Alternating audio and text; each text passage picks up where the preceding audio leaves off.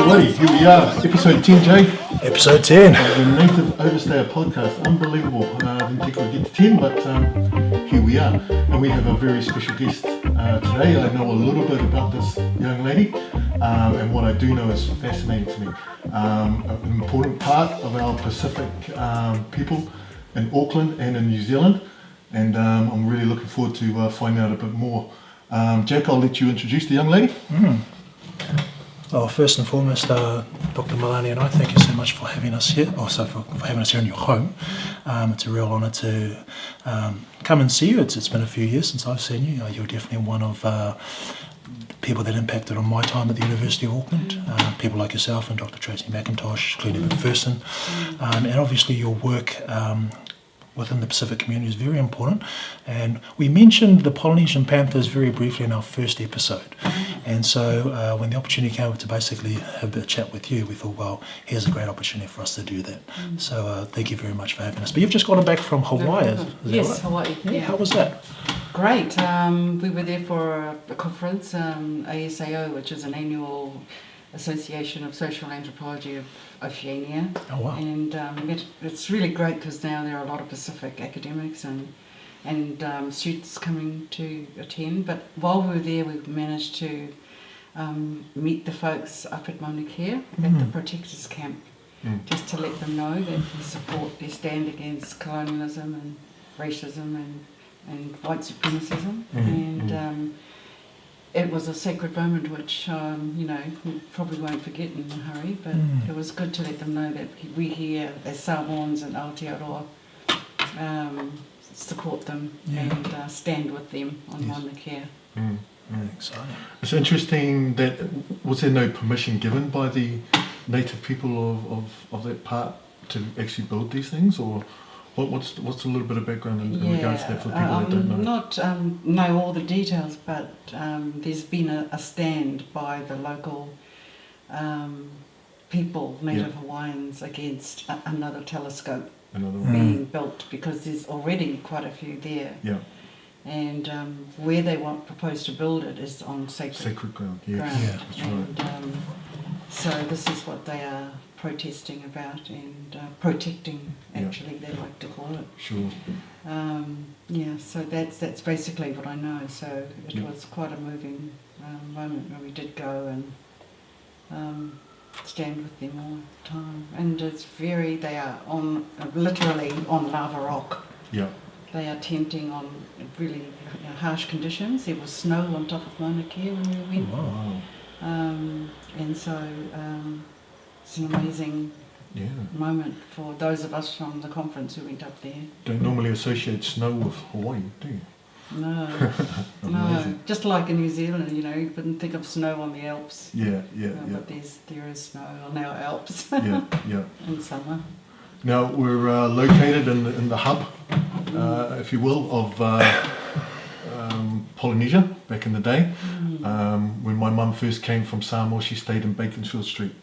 She stayed with the McFarlanes, and even though I was young, I still remember that place quite vividly. I'm actually very interested in the Polynesian Panthers. Right. I think you were quite a young lady when all this happened, back in 1971, was it?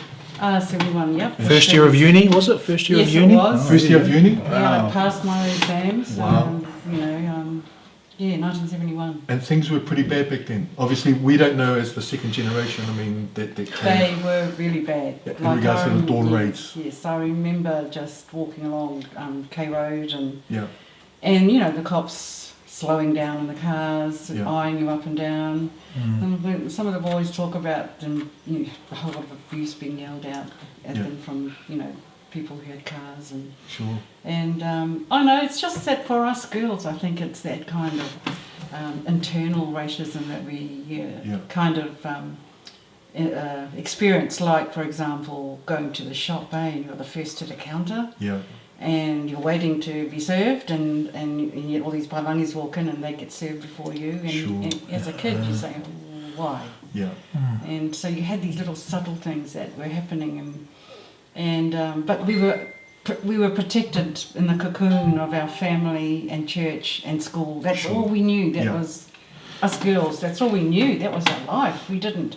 When I went to Auckland Girls and they talked about boys, parties, trips overseas, I used to think, what the heck are they talking about? Like, I don't know what that is. Yeah. And even I had a chance to go to France because I was good at French at Auckland Girls, and they wanted to go for a trip to learn the language, and I knew my parents couldn't afford anything, you know, to send me to France, so I just said no thanks. You didn't end up going? No. Oh, right. So the police force back in those days, unlike now, which has quite a heavy population of Polynesians and different races that our community is populated, mainly Bailangi back in those days? Totally. But it's interesting because a couple of our Polynesian Panthers became police officers. Oh, really? Yeah. Right. And the Springbok tour was 81 was huge. a time when you had police brother against police Polynesian Panther. I mean, brother in the Polynesian Panthers. So you had that.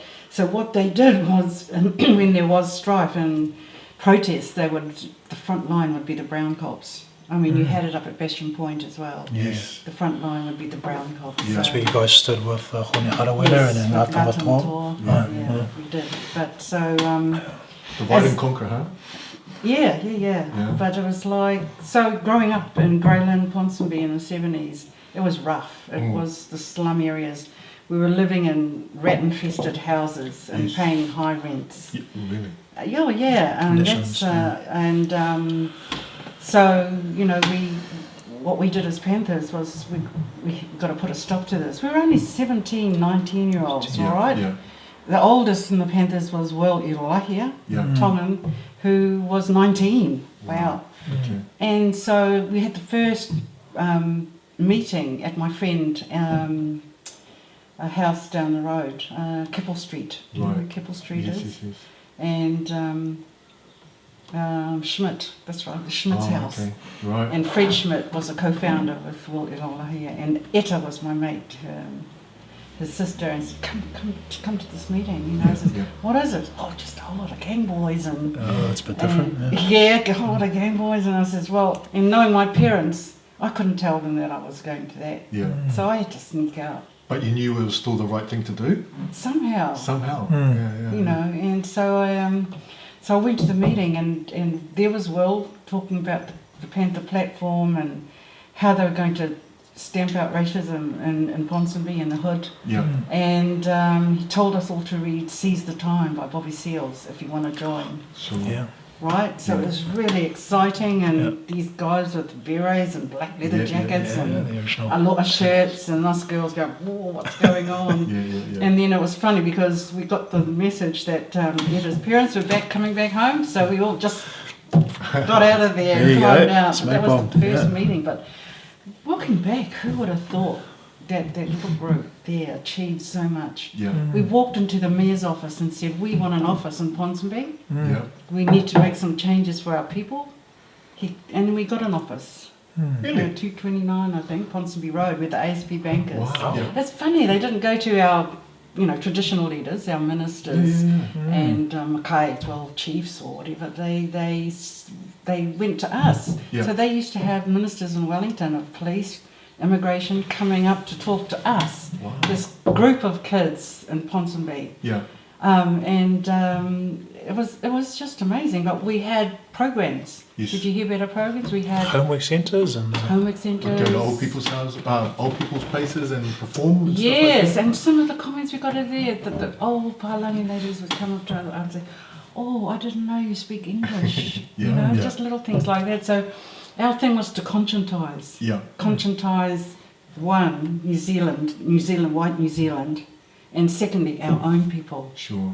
And it was just to let them know what was going on and say, no, we're not the rapists and the murderers you see on the front page of the paper. Yeah. We are just people trying to survive, settle in a new land. Yeah. You're not those characters in that 75 national campaign, Muldoon and his, Oh, yeah. Everyone sort of remembers those. I remember reading those. We're not those people. We're not those people. You know, there are some of us who are just trying to survive, live a normal life here, help us. Help us, yeah. And so we had that. We had the TAB, Yes. Tenants Aid Brigade. All right. So we would go and I would ring up for houses, for our people to live in and say, oh, what's this? Well, what's the address? Oh, 65, O'Neill Street. Okay, we'll come and have a look at the house to see if the family want to rent it. Wow. And then when they turned up and the white landlord saw that they were brown, Yeah. he said, sorry, it's been taken. Sold Right. up. So we'd go back to the office and then ring up again and say, what? And he said, oh no, it's still vacant. Oh, really? So what we did was we formed the TAB. So what they would do is go on rent strike. So we told the tenants, give us your rent, we'll put it in another bank account Yeah.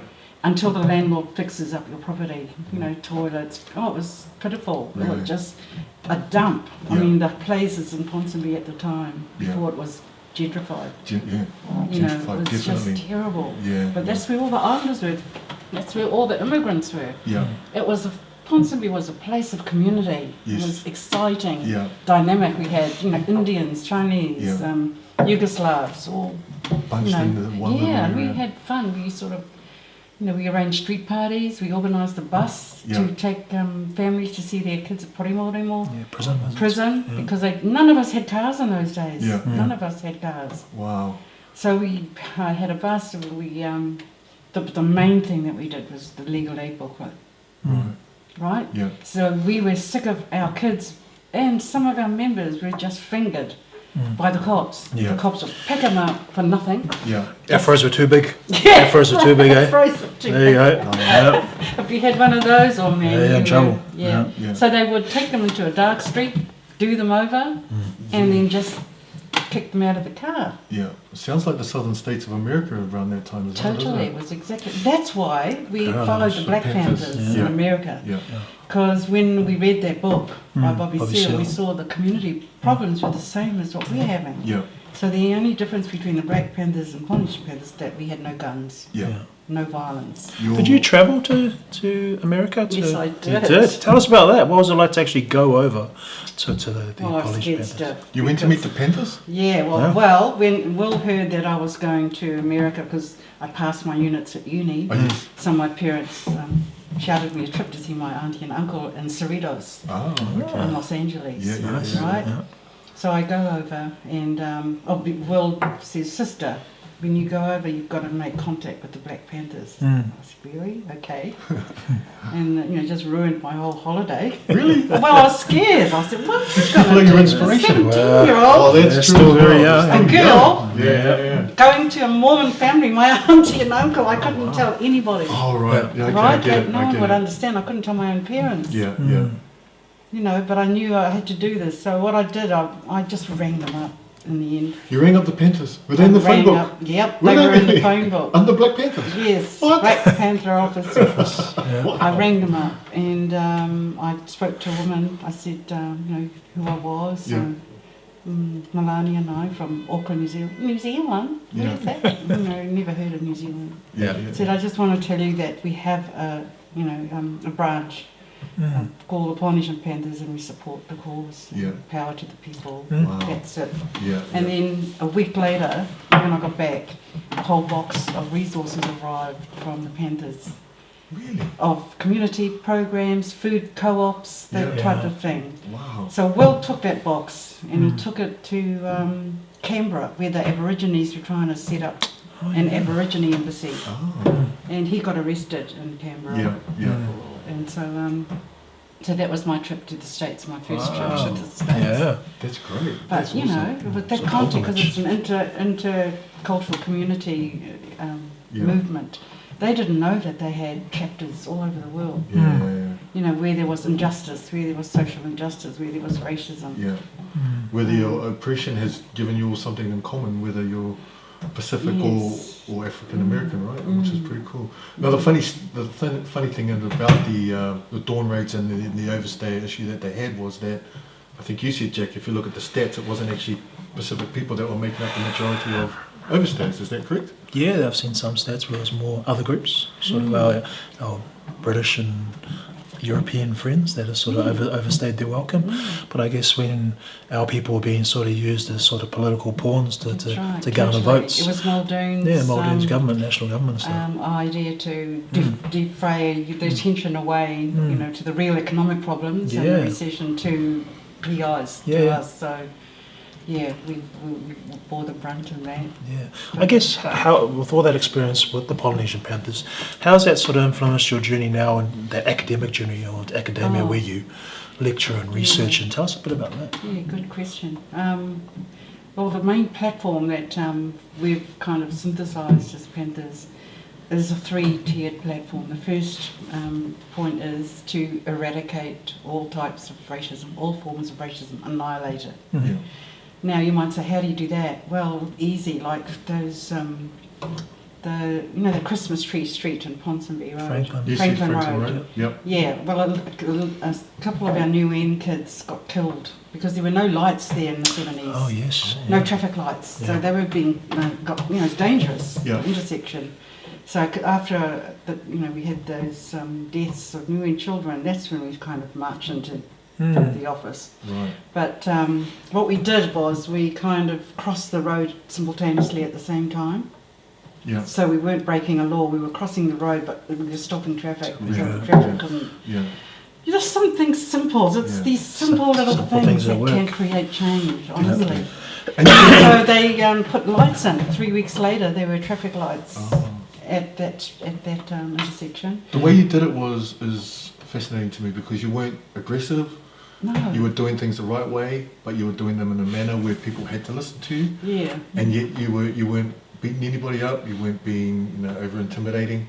You were a group of people that wanted to help another group of people who happened to be the same Yeah. sort of nationality and people Yeah, like yourself. but see, the makeup was great because we had ex-gang members, like Will was from the next gang. Right. Mhm. There were sort of KC gang Casey's, members yeah, too, yeah. right? Yeah.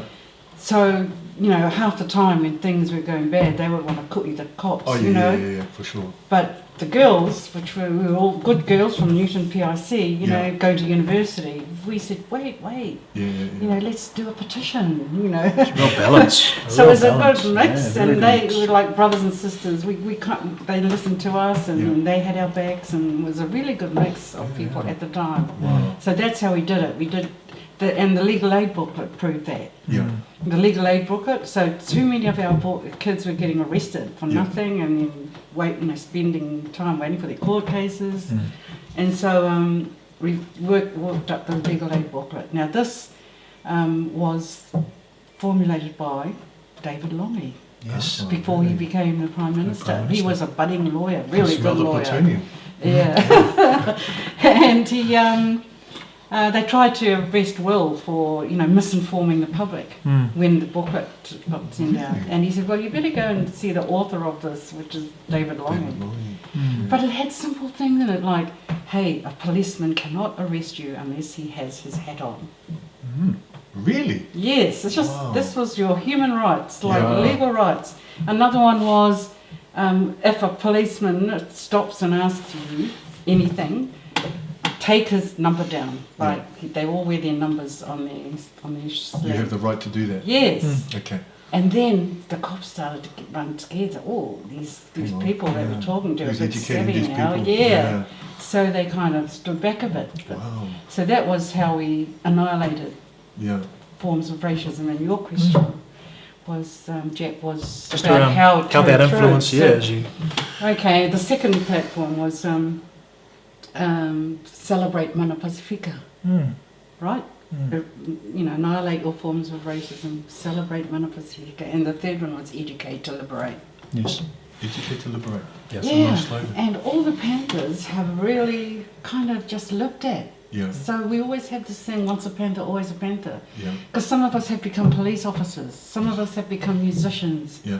some of us have become academics, some have become chefs. We had one guy who was, top chef and all those liners, that go overseas. Oh, really? And we've taken that platform with us. Yeah. So, for example, me at university, I was the very first, when I was in the anthropology department, to set up a Māori order tutorial space, a space where our Pacific students could feel comfortable to do the work they had, in an alien place. Yeah. And as the director of Pacific Studies, I I put up that Whare Pasifika that's there now. Really? A lot of good memories in that whare. While I was director in 2004. What a great landmark to have be associated with, huh? It's such a beautiful place. Right in the You middle go of in the there, CBD. right in the middle, and you go in there and you get a feeling of it's Pacifica. You know, it's a beautiful thing. It was a The beautiful acoustics, thing. the way it's been made. Yes, thank you. The colour, it's beautiful. Stunning. And that's where my Samoan kind of values Yeah, came into yeah. it, because we've been taught since we were kids to, kia ora wā. Yeah. Know what the wā's and how you look after it Yes, yes, and yes. value it. Yeah. So that's how I got the whale up. So I had to look after the wā between those above me, beside me and below me. Wow. So above me was the Vice-Chancellor Yeah. and the committee there. Beside me was the peers, Yeah. and Māori had to look after all those spaces. And then the community. Yeah. Yeah. So that's how we did it, and it was a work of love. That's all I can say, because the guys who put the slats on the roof of the whare, Yeah. when 5 o'clock came, they didn't want to go home. Really? They wanted to stay and finish the roof and how it was decorated Yeah. was done. Those lashings are amazing. Yeah, Tongan lashings, that's eh? Tongan It's a lashing. beautiful place. 10,000, I think, meters of lashing, and we had to get it from Fiji because there wasn't enough in Wow. Samoa. So a 17-year-old Polynesian Panther can get one of the most powerful and influential universities in New Zealand Yes, to build a whare. How cool is that? it's very I cool. took my hat to you, lad. That's Yeah. awesome. But I tell you what, I had all my ancestors and my parents Yeah, there for sure. For sure. who were helping me with it. Wow. That's an amazing story. Yeah. And like I say, it must give you a whole heap of pride when you see it still there being used for great purposes, and the up and coming intellects of Polynesian blood Yes. coming through there and Oh yes, but looking at what you put together. that's right, and even for our Palangi friends and, For sure. and peers, they get up there and they just see the space. Yeah, yeah, yeah. And they don't know how to deal with it. It's just so deep and inspirational, It and is they indeed. know that there's something sacred in Yeah, very uniquely there. Yeah. Polynesian, isn't it? So, and then through my work as an academic, Yeah. my whole area is ethnicity. The importance of your ethnic journey, your ethnic identity. Sure. Because our kids today are bombarded with all sorts of identities, sexual identities. Yeah, yeah. Class identities. Oh, they must be confused as to Yeah. what these mean. And my thing is, unless you know your roots, Yeah. unless you know who you are, you will need that knowledge to articulate what these other identities are. Sure. I'll give you an example. I have a lot of New Zealand-born girls coming into my office. They've taken sociology, right? Yeah. So they're wearing the feminist hat when they walk into my office. And they say, I think Samoan men are sexist, Yeah. And I said, pardon? I think our Samoan men are sexist. And I said, have you heard about the whengainga? No. Yeah. Go away, find out what it means, and come back and we'll talk. Wow. Yeah, yeah. And so that's what I mean. Unless you know your ethnic roots and what things mean Yeah. and the values that come along with it, you Yeah. won't be able to articulate all these Sure. challenges that you are receiving in today's world, because Yeah. it's changing all the time. Children and teenagers nowadays don't understand the sacrifice that No, the people before them have made to actually get them to the place that they're at. that's right. I did a Pacific leadership course with Beaches Whamoina and right. Selena. Yep. Yes, at yes. the university. And one of the things we spoke about was that our parents that came from the islands, they crawled to the ladder, and then it was up to us to climb it. And I think that's a good example or metaphor as to the journey that they had. And just speaking to you as well, it wasn't cool. People were always trying to beat you down and repress you, and that's right. you shouldn't be here and you shouldn't be there. That's What are you right. doing here? We're going to kick you back to the country. But your generation made it. That's They right. got there. They got through it. That's right. And they became more powerful people. Yes. And then you had children like us, myself, Ange, and we are sort of understanding that now. But now it's the people, the children of my children, Tell me about it. Jack's children, and Ange's children, And our children. that are forgetting and need to be re-educated as to, Yeah. pull yourself back a little bit. These are the people That's that you right. were, and these are the That's people right. that you still are. So, And the values they brought with them, Yeah. live on in you. That's but right. Even though these other influences are trying to take them away. definitely. And the But- bad influences as well, some of them. One beautiful thing that's happened in terms of the Panthers 11 years ago, we started a program called Polynesian Panthers Racked in Schools. Oh, yeah.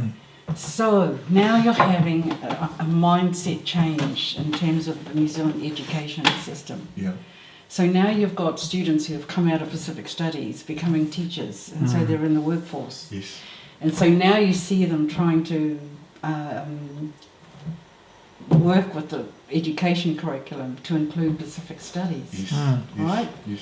And so now we're getting, 11 years ago, we got a call from Otahu College to come and talk about our experiences as Panthers. Wow. Yeah. And it was so successful, the kids who took that history course all passed and passed well, Really? just from that one component about it. Yeah.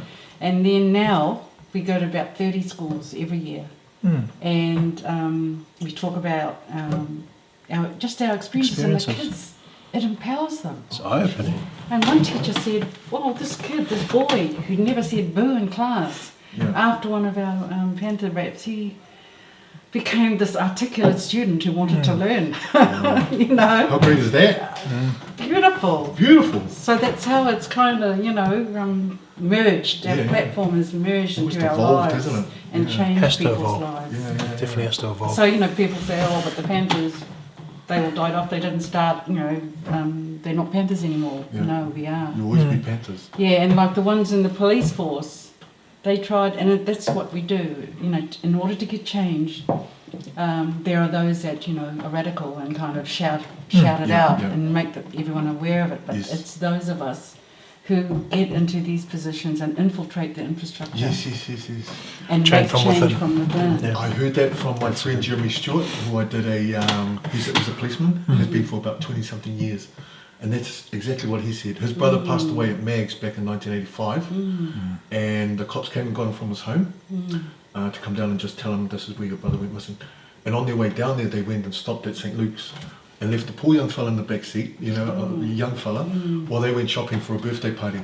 And he said to himself right then that he's going to become a policeman and go within the system and change it for the better. That's right. And that's your philosophy as Yes, well, which is that's the fascinating to Panther hear. philosophy. Yeah. But we didn't do it kind of No. consciously. It was just in us Yeah, right. somehow. Yeah. So, Naturally came out. yeah. So to me, I think it's our Pacific spirit. Yeah, definitely. The Um, village. Yeah, The village of the Panthers.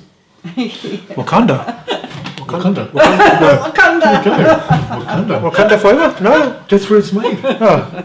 Hey, look, I'm going to pop out because I want my cousin to come over, who her name is Yes. Angeline. And thank you very much for That's your all right. discussion on the Black Panthers. I probably could talk to you all night. So okay. this is my cousin Angeline. Thank you. And I'll be back just to sign us all off.